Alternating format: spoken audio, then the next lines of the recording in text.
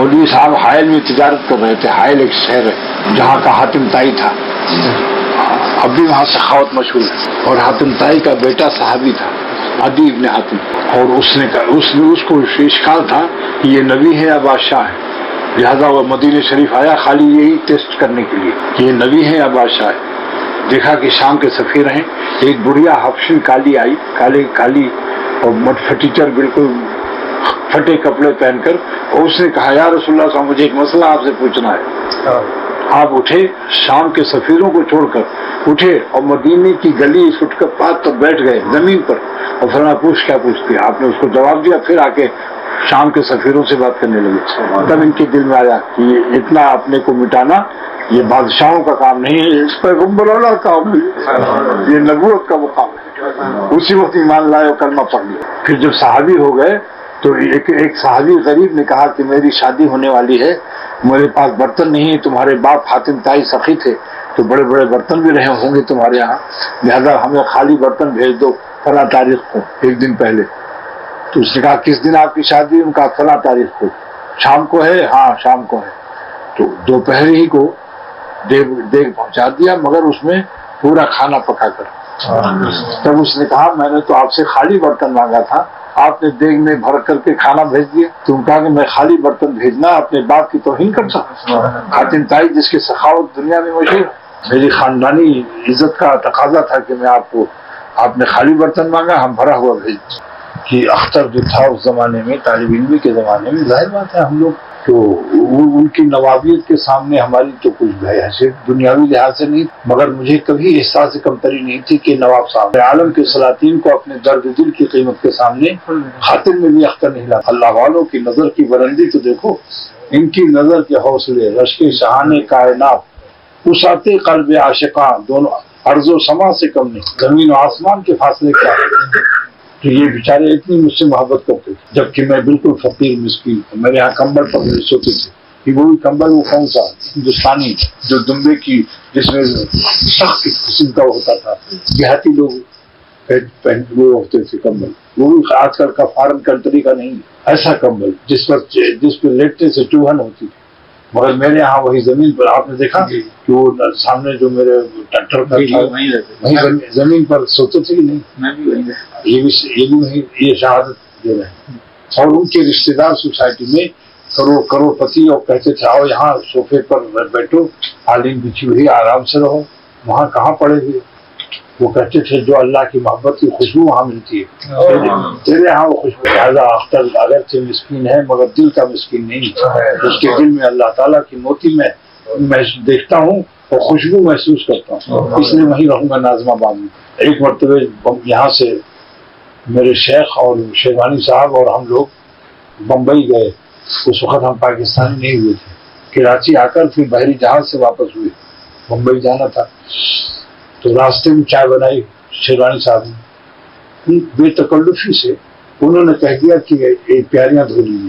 اب مجھے غیرت آئی کہ اللہ نے مجھے جو ہر فلم عطا فرمایا, اب یہ ایک غیر عالم ایک عالم سے کہہ رہا ہے پیاریاں دھو لیجیے.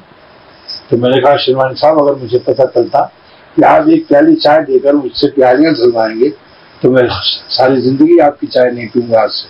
شیروانی صاحب نے ٹوپی اتاری اور کہا جتنے جوتے چاہو مار دو, مجھے معاف کر دو, آئندہ مجھ سے ایسی غلطی نہیں ہوگی. تو میں یہ نہ سمجھو کہ آپ بھی تو مدرسہ وغیرہ ہے, اللہ نے بچپن ہی سے مجھ کو ایسی شاہانہ مزاج عطا فرمایا. فقیری میں شاہانہ قلب اللہ نے بخشا. جب ہم پڑھ رہے تھے تو ایک شخص کا صرف 10 نمبر آیا تھا اور اس کو 100 نمبر ملنا چاہیے. ایک مکھی کو اللہ نے حکم دیا, اس نے وہاں ہر دیا, ایک نقطہ بن گیا اور وہ جناب اول نمبر پاس ہوئے. اور جب دوسرے جو آ کر فو کر رہے تھے ان کے 100 نمبر پہ ایک نقطے کو ایک مکھی نے چاٹ لیا, وہ غائب ہو گئے, وہ فیل ہو گئے. دیکھا آپ نے, ساری مخلوق اللہ کے تابع, وہ چاہتے ہیں تو مکھی سے کام لے لیتے. 70 سال کی عمر ہے اس وقت میری الحمدللہ, مگر میں 70 سال کی زندگی کا نچوڑ بتاتا ہوں کہ اگر اللہ کو حاصل کرنا ہے تو کسی اللہ والے پر مرو پہلے, تب اللہ پر مرنا بھی آ جائے. اللہ کے لیے بے چین رہو کہ کیا کروں کہ میں اللہ مل جائے. اور جن چیزوں سے اللہ کی دوری ہوتی ہے یعنی گناہ, ان سے دور رہنے کی جان کی بازی لگا دو. تب اس نے شیخ کا پورا حق ادا کر دیا. اگر شیخ کے ساتھ رہ کر کے بھی وہ گناہوں سے بچنے میں سست ہے یا قوت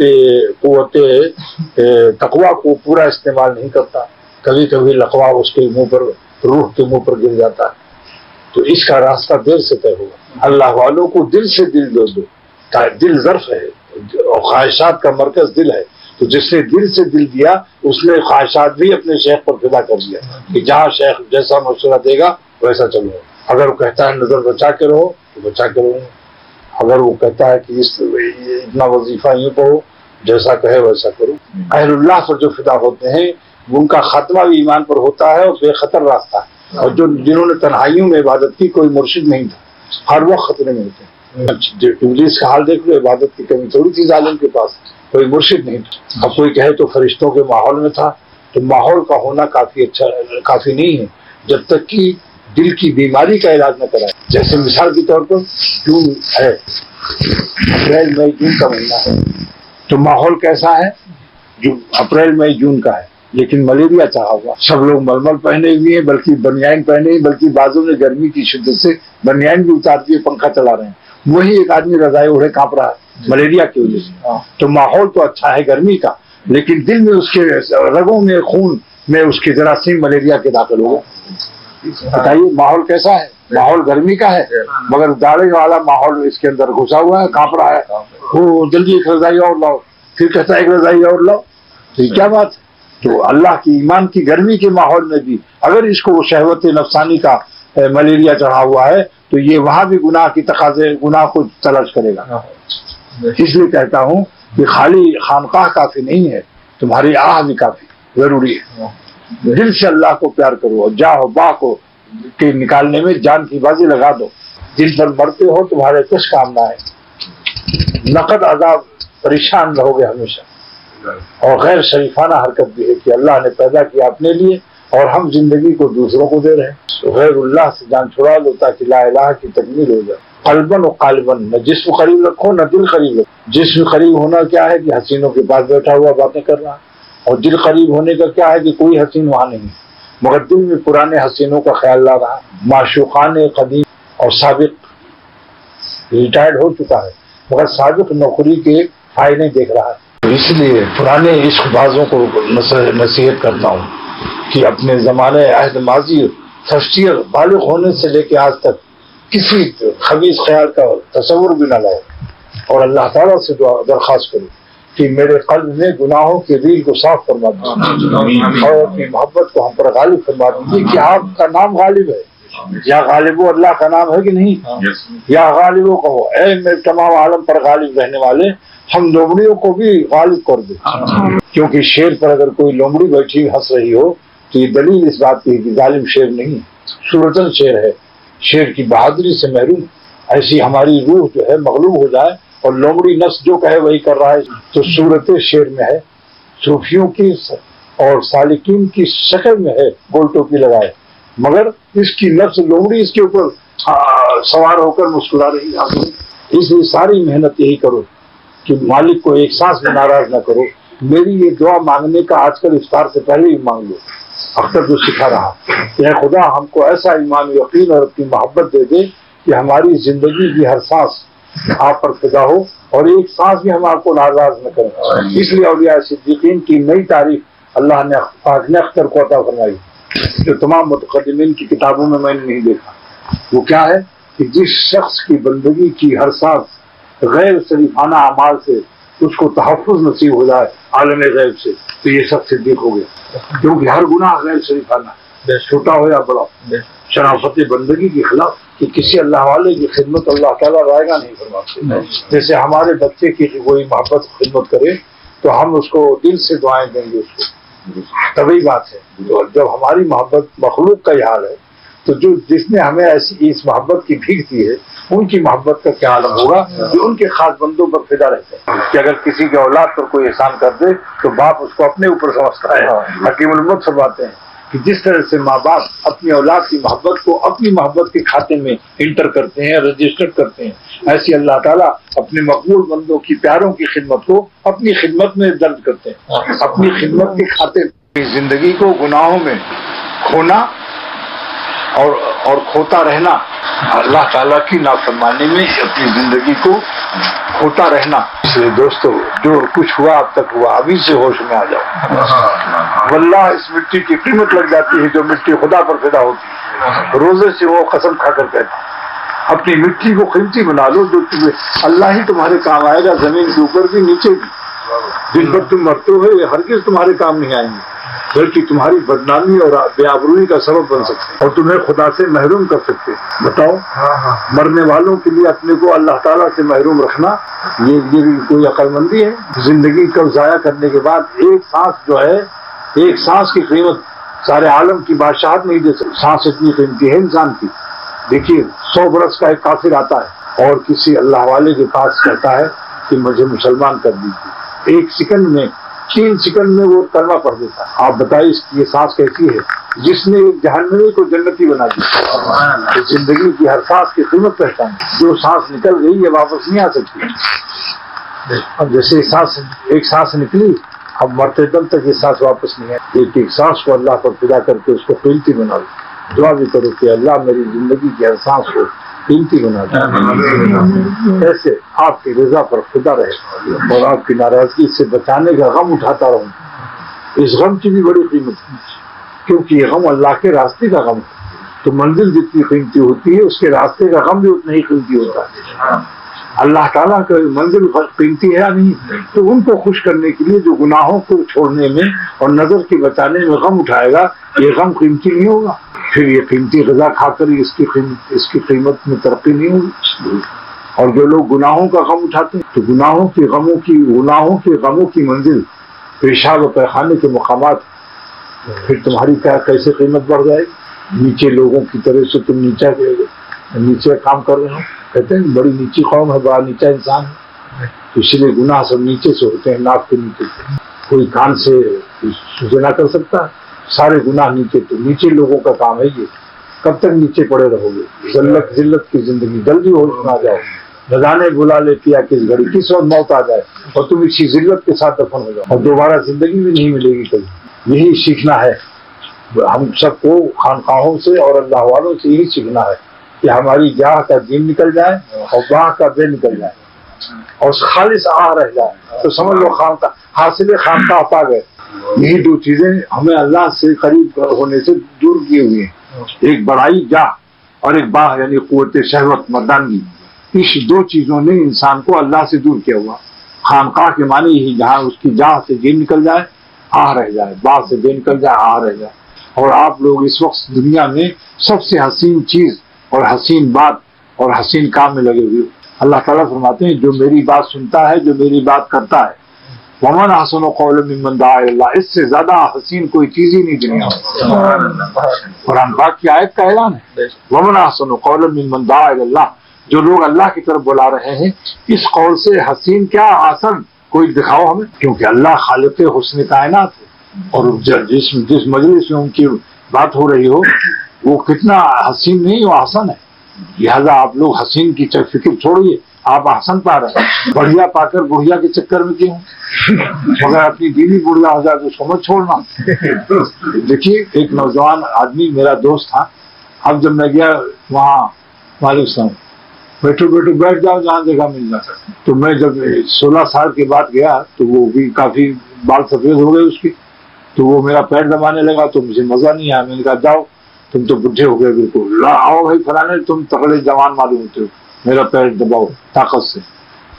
تو اس نے کہا کہ اب میں پھر بھی بولوں گا پھر ترجمہ بھی کر لوں گا کہ کا کونوں منئی اپنی بڑھیوا کا چھوڑ دیا تھا. یعنی کیا کوئی آدمی اپنی بڈھی عورت کو چھوڑ دیتا ہے؟ میں بڈھا ہو گیا تو آپ مجھے بھگا رہے ہو.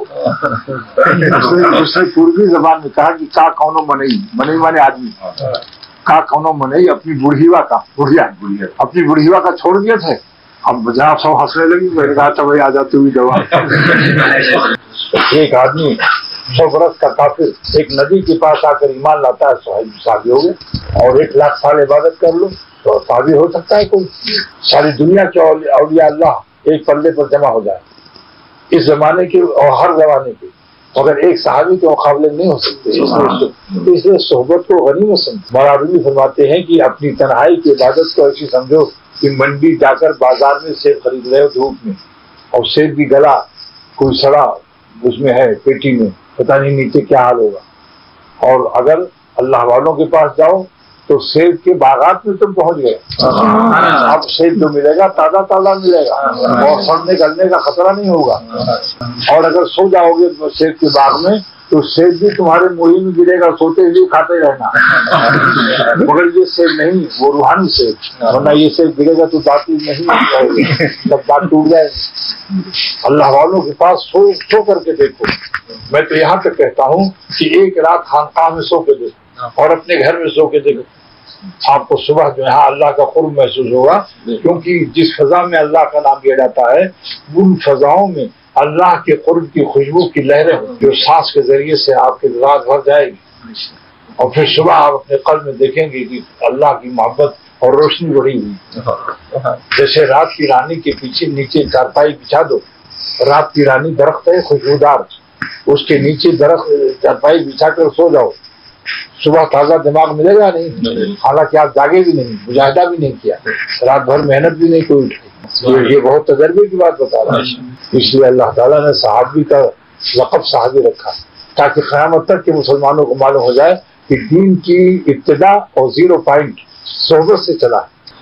ورنہ عربی لغت میں اتنی وسعت ہے کہ ایک ایک لفظ کے کئی معنی ہوتے ہیں، جیسے لہسن لام یافا مانے شیر، اسورا مانے شیر، اسد مانے شیر، غضنفر مانے شیر، حفص مانے شیر، کتنے لغت ہیں۔ تو اللہ تعالیٰ اور کوئی نام رکھ دیتے صحابہ، صحابی کا لقب ہی بتاتا ہے کہ دین صحبت سے ملتا ہے، کتابوں سے، کتابیں آدمی بننے کا راستہ بتاتی ہیں مگر آدمی بناتا ہے۔ روشنی سے چیز کا نظر آنا اور ہے اور وہاں تک پہنچنا اور ہے۔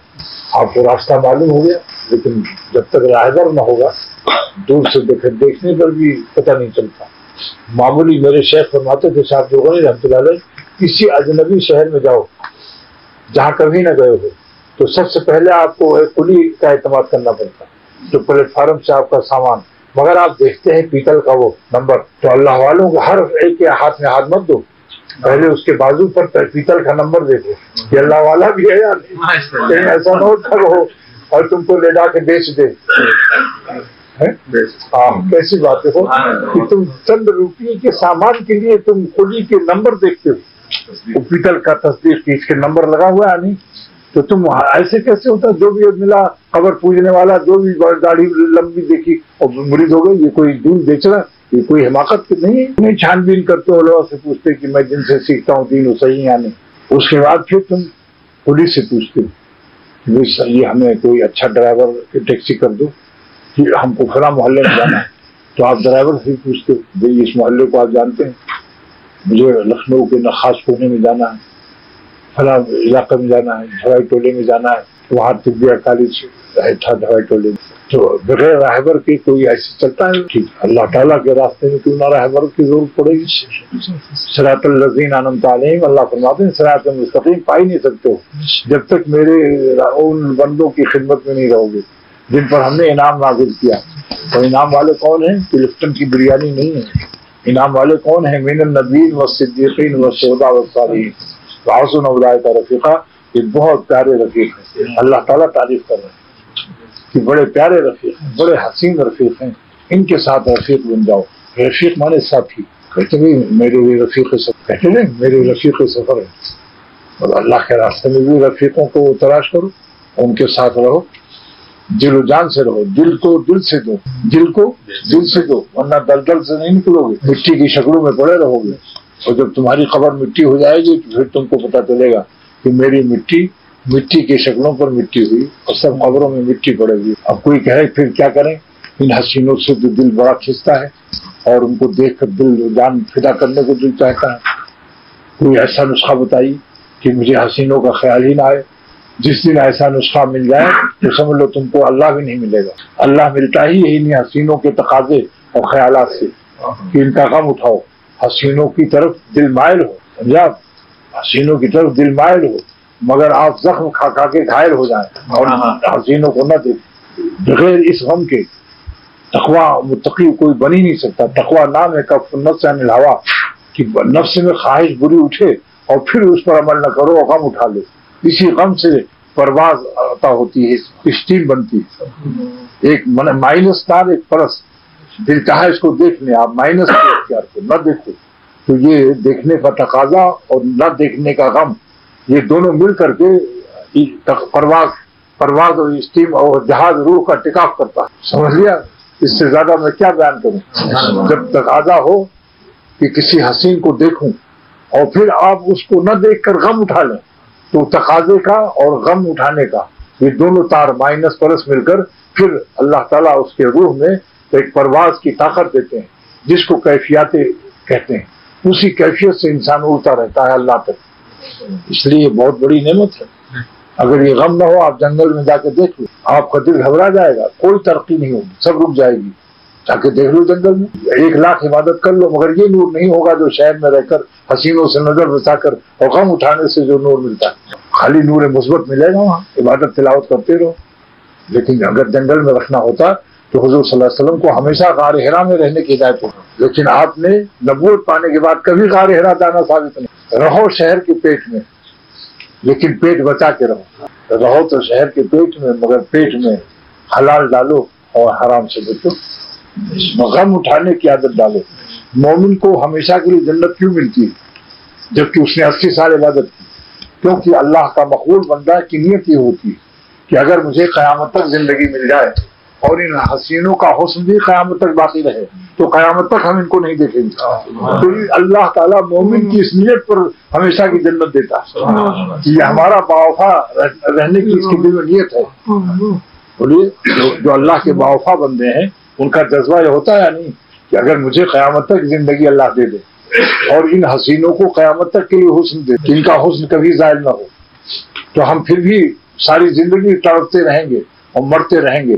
یہ تڑپ تڑپ کے جینا، لہو آرزو کے پینا، یہی میرا جام و مینا، یہی میرا طور سینہ، میری عاشقی کا منظر ذرا دیکھنا سنبھل کر. یہ اختر کا شعر ہے. یہ تڑپ تڑپ کے جینا، لہو آرزو کے پینا، یہی میرا جام و مینا، یہی میرا طور سینہ، میری حسرتوں کا منظر ذرا دیکھنا سنبھل کر. زخم حسرت 1000 کھائے ہیں تب کہیں جا کے ان کو پائیں اور ان حسینوں سے دل بچانے میں نے غم بھی بڑے اٹھائے. اسی غم سے خدا ملتا ہے. میں 70 سالہ آپ کو نچوڑ بتا رہا ہوں کہ عبادت سے خدا کو نہیں پاؤ گے. یہ بڑی عبادت ہے منفی. یہ عبادت نہیں کہ نظر بچا کر غم اٹھاؤ. یہ عبادت نہیں. اللہ تعالیٰ کے راستے میں کتنی بڑی قربانی ہے کہ بندے کے دل تڑپ گیا مگر کہتا ہے تڑپو یا کچھ بھی کرو، میں کسی حسین کو تیرے تڑپ کی وجہ سے ہڑپ نہیں کروں گا. غم اٹھا لوں گا مگر مالک کو ناراض نہیں کروں گا. انشاءاللہ سلطان ابراہیم ابن ادم کے ساتھ یہ لوگ اٹھائے جائیں گے. تو وہ سلطان ابراہیم ابن ادم نے بلخ کی سلطنت اللہ پر دی اور یہ ایسی شکلوں سے اپنے کو بتا رہا ہے جو سلطنت بلخ کے متبادل ہیں. اس کے دل میں ہر شخص کی نظر الگ ہوتی ہے. کسی کو کوئی حسین پسند ہے، کسی کو کوئی. کالی گوری سے کچھ نہیں مطلب، دل کے آنے کی اور ہی ڈبا ہے. لیکن جس پر دل آنا چاہے اس کو دل کو پکڑو، جانے نہ پائے اور اس کو کھینچ کر زبردستی گردن میں روڑ کر دل کی خواہش کو اللہ پر فدا رکھو. تو اگر وہ سلطنت بلخ کے متبادل ہے وہ شکل قیامت کے دن سلطان ابراہیم ابن ادم رحمۃ اللہ علیہ کے ساتھ کھڑے.